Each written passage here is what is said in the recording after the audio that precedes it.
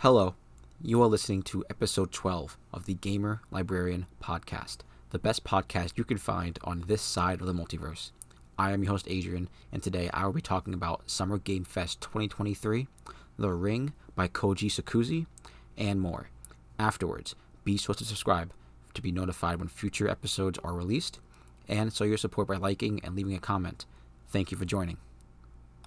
Before we get into our main topics for today, I just wanted to mention that this episode is being recorded a little early. I wanted to have all the game announcements this week shown off so that I could talk about them all in one episode. However, this week I will be taking a camping trip, and I'll most likely be missing out on the live Microsoft showcase where we'll be seeing some Starfield gameplay and hopefully some new game announcements. But those can be saved for next episode. If anyone listening is from Canada or on the east coast of the United States, stay safe out there with all the smoke from the Canada fires. It seems that, at least here in Jersey, the toxicity has lowered, but people with low immune systems should still be wary, just like myself. This won't stop me from camping, though. I will be canoeing, hiking, smoking, and roasting s'mores. I also plan on running a small Green Knight game for my friends while we're outdoors. Produced by the movie studio A24, The Green Knight is a fantasy action movie inspired by Sir Gawain and the Green Knight, which is a late 14th century Chivalric romance story. The author is unknown, but the title was given centuries later after it was already written. It is one of the best-known Arthurian stories, which is based off of and around the King Arthur kind of stories. But A24 has also produced it into a tabletop RPG similar to D&D. You can buy it on the A24 website. When I first saw it, it was an absolute immediate purchase for me. It comes with a D20 die, already filled out and copyable Knight, Noble, Hunter, Sorcerer, and Bard character sheets to pass around at your table, and a rulebook and campaign booklet that's about 3 hours long, which covers various events from the movie. And the crux of the game is that it centers around this honor system, where the actions that you do in-game will oppose plus honor or minus dishonor onto your character, which will have a massive effect on how the ending of the game plays out in some narrative format, which is really cool. So as a party, you really want to think about the actions that your other party members are also going to take, because that will oppose dishonor upon your entire group. And maybe an action that is honorable for you wouldn't be attainable if someone does something dishonorable. So there you get that kind of system. If you haven't played this game or seen the movie, I highly recommend doing one of each, because each one is a very great experience on their own. Now, something I've been dying to talk about is the book I just finished, The Ring by Koji Sukuzi.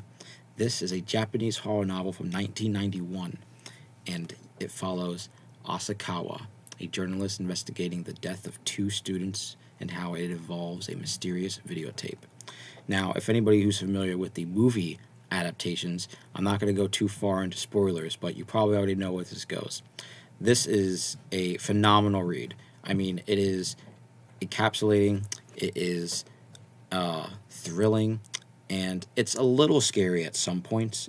I've definitely seen and read better in terms of novels, but it definitely still felt like I was reading a really good mystery with some supernatural in it. And it doesn't even end there. It actually ends on a cliffhanger. There's multiple sequels to just the book itself. There are other movie adaptations which obviously teeter on quality, but you could absolutely expect me to try and read the sequels. The sequel is, after this book, The Ring, is Spiral, which came out in 1995, and then I think the trilogy ultimately ends in the third book, Loop, which came out in 98, and then there's some short story like collections that have been released after. But this was a really good read, you know, as somebody who's seen the movie multiple times since it's been released. I've been watching it since I was a kid. Reading this has also made me go back and watch the movies. I went and rented the original American version, which is really good. It holds up to today's standards. I still enjoyed watching it. And then I went back and watched the original Japanese version. I found it on like Tubi or something, and that was still really fun. Really, really great horror novel. I would recommend it to anybody maybe trying to find what book they want to read for the upcoming Halloween season this year or anything like that. Really great. really great. I'm excited to see what else he has in store for the lore for this, because obviously the story is going to it's going to propel itself further in its sequels, Spiral and Loop, and I'm really excited. I hope you guys are with me, because I'm going to be talking about that here in some future episode. Before I get to any of the Ring sequels, I have currently started my next book, which is City of Pearl by Karen Travis. That name might be familiar to you for anybody who's even saw or read any Gears of War, Halo, or Star Wars novels. He is a prominent and talented writer in those fictional worlds, but this is her own original work, and I'm excited to dive into it. It seems like it's a mix between Dune and I would say Ender's Game or The Foundation or something like that in some regard, because it looks to play on the fact that in the future there's warring alien factions on this planet that humanity is trying to also covet. It's weird like that. Seems like a political military kind of book, and I'm excited to see where that goes, because Karen Travis's ability to make thrilling military kind of feeling stories is really great. You can feel that in her Gears of War and her Halo novels. Even with her Star Wars novels, she gives birth to that with the clones. But this is her own original work, and I'm excited to see where this takes me. It's science fiction, which is right up my alley, and it seems like that's perfect for me. Now, let's get into the real meat of the episode, because there is a lot to talk about. Today, there was the Summer Games Fest for 2023, hosted by Jeff Keighley, and they came out swinging pretty early on with some Mortal Kombat 1 gameplay.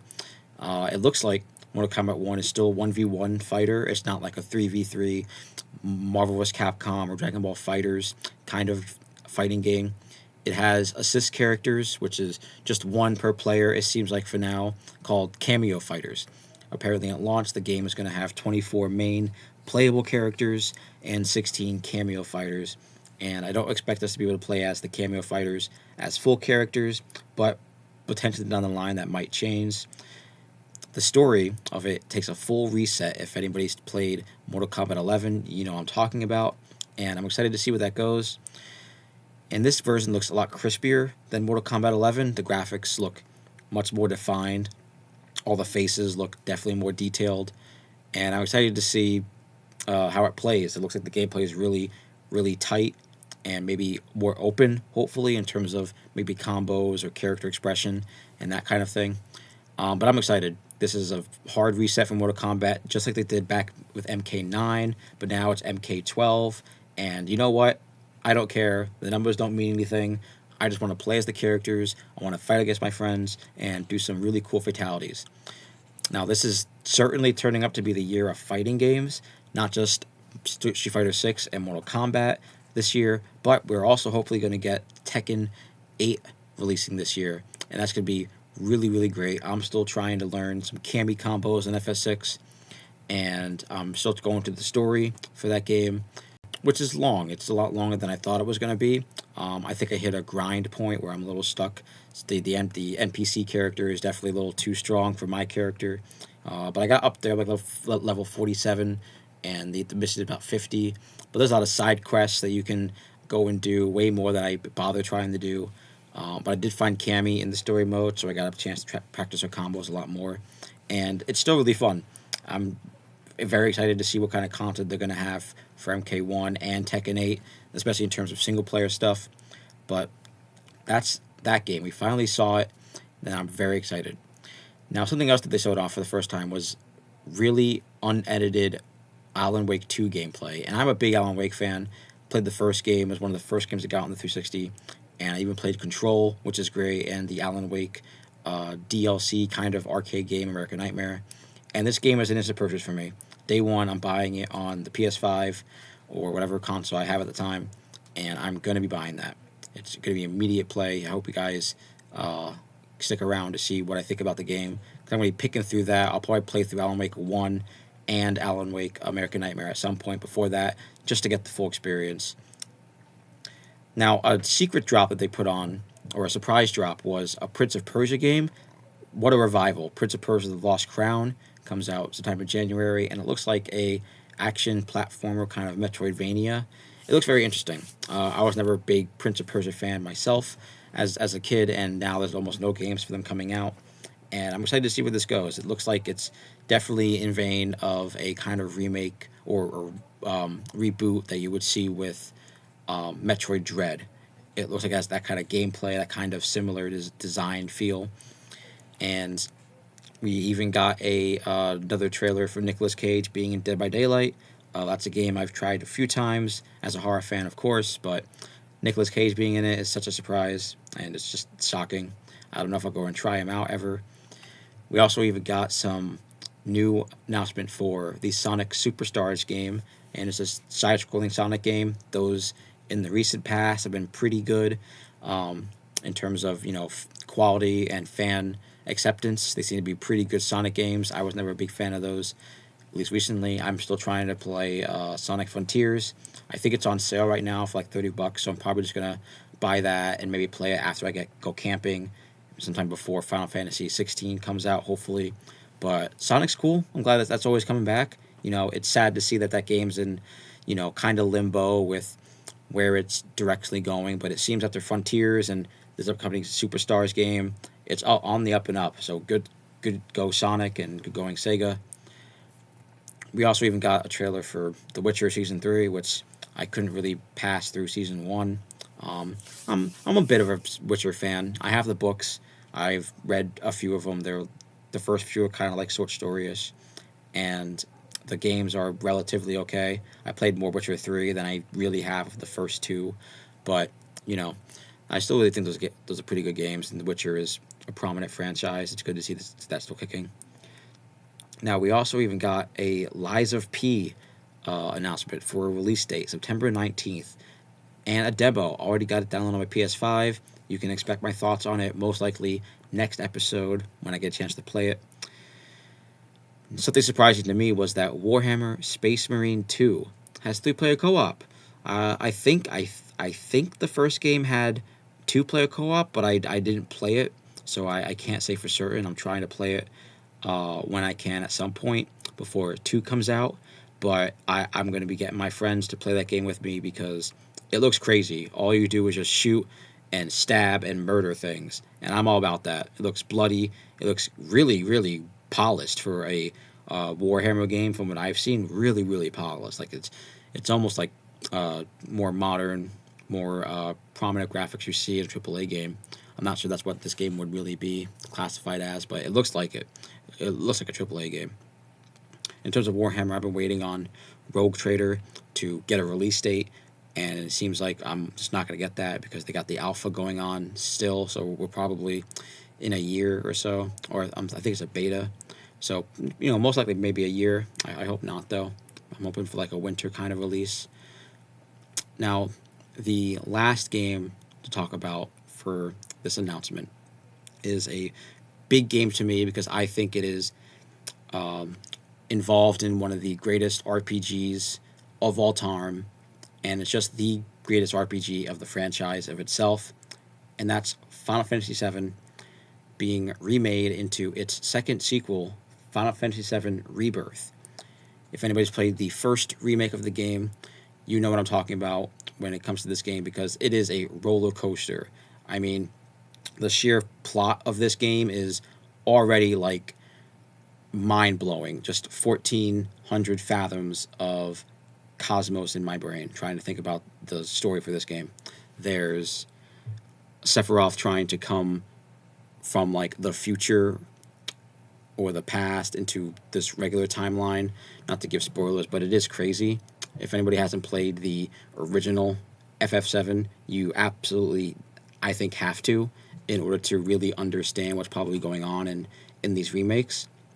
The remakes are definitely different from the originals. They're absolutely different, not just in gameplay, but in story. They're different experiences altogether. And that's not to mitigate your first time playing it, but I definitely think playing the original game is beneficial to understanding what's going on in this game. But, you can still play it if you want to. Go play the first remake and then go play Rebirth. That's fine. You'll still get a good understanding if you play those games in that order. This game looks like it's going to have much larger zones than the first game, the first remake game.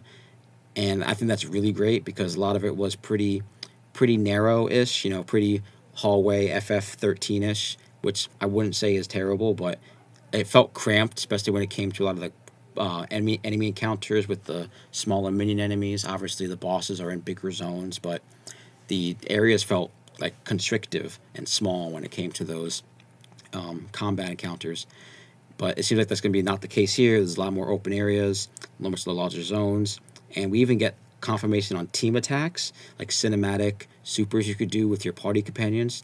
And I also hope that maybe we get an option to switch them out mid-combat, kind of like how you get in Final Fantasy X, which is I thought was really cool. This game is a 2-disc game, over 200 gigabytes at launch. Each disc holds about 100 gigabytes on a PS5, and that's absolutely crazy. Games are getting much larger and larger as the years progress, and that's not really something that's going to really go away. That's not something that we're ever going to see go in the opposite direction, because games are going to be a lot larger. They're going to be more expensive. They're going to have a lot more content, and that's just how this industry is going to be going. And that's sad to say, but I think storage space and price for the storage device itself and whatever console or cloud you're using, it should mitigate that, and hopefully we'll maybe see lesser cost in hardware or game prices or something along those lines, if that were the case. I do have to go back and replay FF7 Remake because I never finished Intergrade, which is the story that kind of gives you a premise on Yuffie, as far as I know. But I'm going to have to play that. I haven't done it yet. At the time, some other games are coming out. So maybe this summer, before FF7 Rebirth comes out, most likely in April next year, I will try and finish it. But Summer's Game Fest was really cool. Really, really cool. I was a lot more interested in the games announced here than I was with Sony's event. But other than that, I still think they came out really solid for this year. And I'm really excited to look forward to what is going to be announced later on this week. In terms of that, we have a lot more smaller showcases, but my main focus is Microsoft showcase, because Microsoft's in, they're on the edge. They have a really solid console and a really solid platform with their Xbox Game Pass service, but it really doesn't feel like they're striking it with any kind of audience. They let us down with Halo, and Redfall was kind of a flop for what felt like was going to be a resurgence for them as a brand. And it seems like everything that Microsoft put into their deals and their planning with acquiring video game studios, it seems like it all hinges on that purchase with Bethesda and that production of Starfield, because that's one of the biggest studios you could ever buy in gaming. And to see them kind of pick their hands into or put their finger in the pie with this Bethesda game, Starfield, I'm unsure if the game was in production or where in terms of production it was in by the time Microsoft created it or bought the IP from Bethesda. It worries me because gameplay-wise, it just looks like Fallout 4. It looks like a Fallout game. It looks like it plays like a Fallout game, which that's Bethesda's stick. Even their fantasy games play similar to that. And it's not to knock on it being bad just because of that, just because it takes influence from those two games. It's obviously from the same developers, so they have that same kind of knack for gameplay. But it definitely didn't have that wow factor of, oh, shit, this is a different, new Bethesda. They're coming back, and they're hitting harder than ever. It did not feel that when they had their original showcase of their gameplay. And I'm hoping that on June 11th, when Starfield is shown off with Microsoft, that they'll have something really exciting, whether it be locations or something with the characters, weapons, abilities, starships, space battles, something to be like, okay, this game is not just a Fallout in space, little Fallout in space game. It's going to have things that make it feel like its own unique environment, its own unique world, that kind of thing. Still no word on any other Microsoft games like Fable 4 or Killer Instinct for that matter. Nothing. And that's really sad. So here's hoping that they come out swinging with something, because last few years they really haven't had anything, and a lot of the recent games have been kind of letdowns.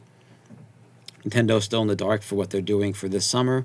If we don't see them, we'll probably see them after sometime Pikmin 4 launches, which I hopefully will try to get. I think it's $40. Oh no, I bought it on my Switch because I got the $100 voucher on the Switch when I bought Zelda. If anybody doesn't know, if you go on to your Switch or Switch online account, you can buy a voucher for $100, which is good for two full games. You can even buy the $70 Tears of the Kingdom game with it and another $60 game, which is what I did. So you get a value of $110 just by then. You save $10, which, I'm all about saving that money.